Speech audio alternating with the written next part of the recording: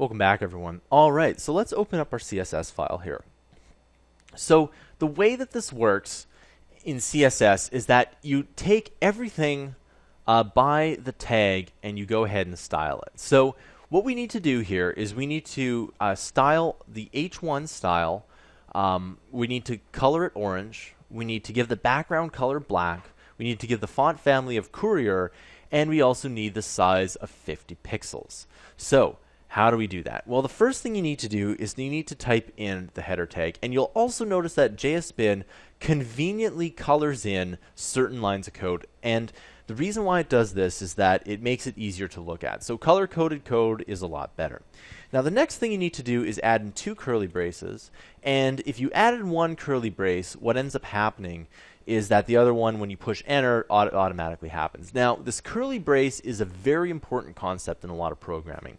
Now, CSS and HTML weren't the first programming languages invented.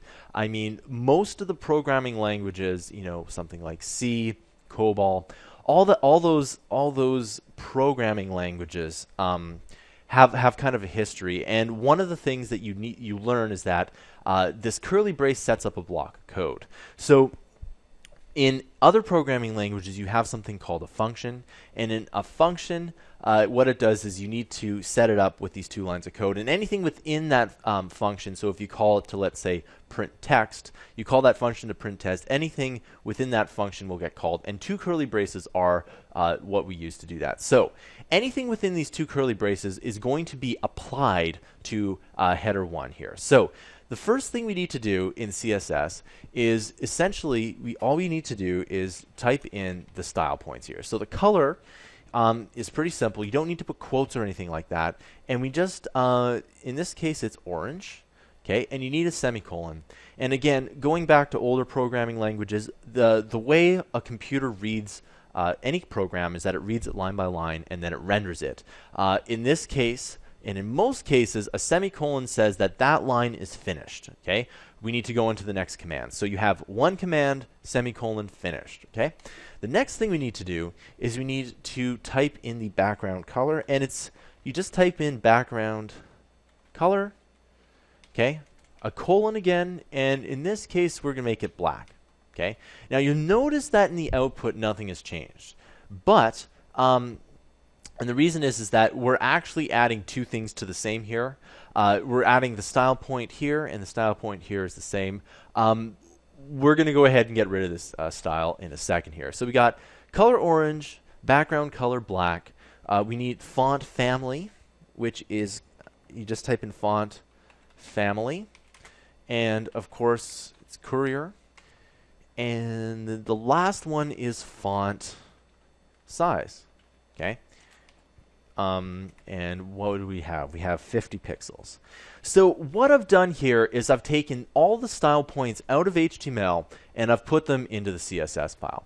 Now, if I get rid of this here, for example, if I get rid of the style point stuff in here, nothing changes. However, we can go play around with this to see if it works. So if we type in maroon like this, you can see that it does change. And you can see that it does, in fact, work. Okay, so we can go Arial, and you can see that it does, in fact, work. There we go.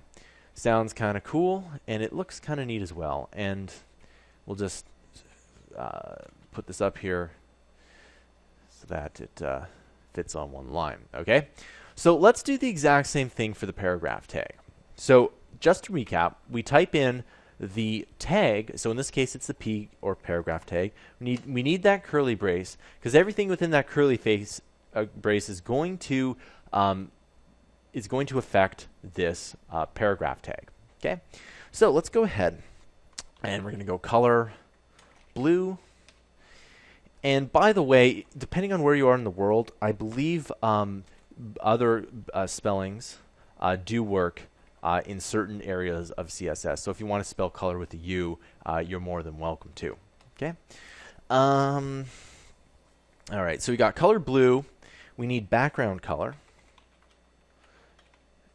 And this background color is going to be orange. Okay. The next thing is the font family. And this font family is going to be Impact, which is one of my favorite fonts, by the way. And the font size, and you need the colon again. And remember, in this case, you need quotes, but in this case, you don't need that. So the font size is going to be 30 pixels. All right, or px. All right, now if I go ahead and get rid of this style property here, you see that nothing changes. And if we change this to something like red, it works. And then we change the background color to blue, you can see that also works as well. All right, so I'll just push Control Z or Command Z to undo that, and you can do that in JSBin if you want.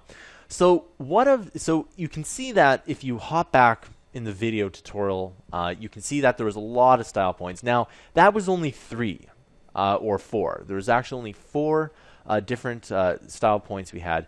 There's a ton of more styling you can do, and imagine if you had to read that all in the HTML document. It would look fairly complicated. So by putting everything to the CSS document, it does is it actually makes it a lot easier to look. And you can see here that this is a lot easier to look at. And I'm just going to go ahead and do that. You can see that we have all our header 1 tags are going to look like this. You know, it's going to have these amount of properties to it. All the paragraph tags are going to have that attached to that as well. All right, and now JSBin, before we continue on to the next tutorial, the last thing that I need to talk about is the fact that when you actually go and make a website, you usually have to go into an editor and then call it up in the browser here. Usually you have to call the CSS files. There's a little line of code that says, you know, please call the CSS file. And that's all it is. But in this environment, it automatically does that for you. All right, I'll see you guys in the next tutorial.